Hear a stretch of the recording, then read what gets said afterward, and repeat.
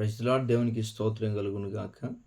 నిజంగా ఈరోజు నీ జీవితంలో అనుకున్నది ఏది కూడా నువ్వు సాధించలేకపోతా ఉన్నావు. దానికి కారణం ఏంటో తెలుసా? ఎందుకంటే ఈరోజు చాలామంది ఉద్యోగ విషయంలో కావచ్చు, కుటుంబ విషయంలో కావచ్చు, మార్పు చెందే విషయంలో కావచ్చు, మారు మనసు విషయంలో కావచ్చు, ప్రతి దాని విషయంలో అందరూ గూడా మేము చక్కగా ఉండాలి, దీవించబడాలి, ఆశీర్వదించబడాలి, చక్కటి ఉద్యోగం మేము చేయాలి అని రకరకాల యొక్క ఆలోచనలు కలిగి ఉన్నారు. కానీ ఆలోచన ఎందుకు సఫలపరచబడలేదంటే కారణం ఏంటయ్యా అంటే ఒక ఆశ అనేది మనలో లేదు. చూస్తే కీర్తనల గ్రంథం 42వ అధ్యాయము మొదటి వచనంలో, దుప్పి నీటి వాగుల కొరకు ఆశపడినట్లు దేవా నీ కొరకు నా ప్రాణము ఆశపడుచున్నది.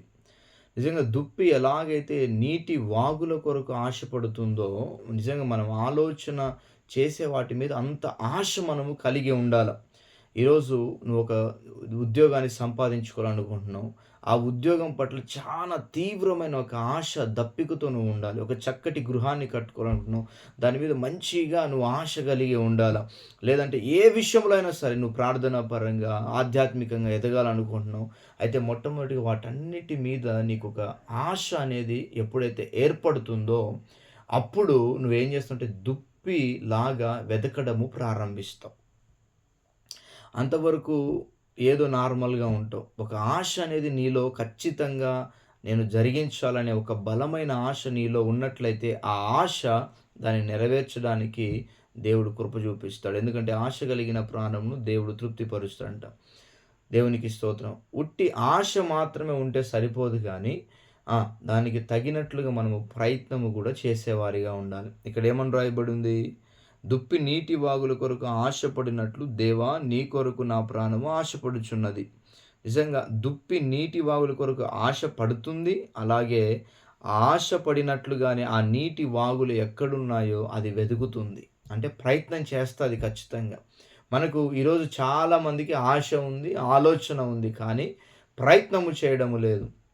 సాధనము చేయడం లేదు. ప్రాక్టీస్ చేయడం లేదు. అందుకనే జీవితంలో మనం అనుకున్నది సాధించలేకపోతా ఉన్నాం. కాబట్టి ఎప్పుడైతే నువ్వు అనుకున్న దాని మీద ఆశ కలిగి ప్రయత్నము చేస్తావో, ప్రభువు దాన్ని నెరవేరుస్తాడు. ప్రభువు దాన్ని సఫలపరుస్తాడు. ప్రయత్నం చేయకుండా ఊరికనే ఇంటిలోనే కూర్చొని, లేదంటే ఉట్టిగా ఆలోచనలు కలిగి ప్రభువా, ప్రభువా అంటే ప్రయోజనం లేదు గానీ, ఖచ్చితంగా నువ్వు ఏ ఆశ కలిగి ఉన్నావో దాని వైపుగా నువ్వు అడుగులు వేయి, ప్రయత్నము చేయి. ప్రభు ఖచ్చితంగా నిన్ను దీవించి, ఆశీర్వదించి హెచ్చించునుగాక. ఆమేన్.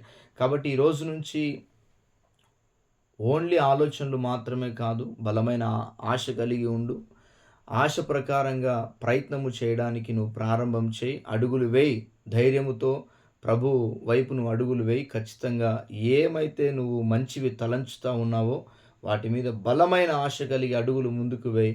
దేవుడు వాటన్నిటిని నెరవేర్చునుగాక. ఆమేన్. Praise the lord.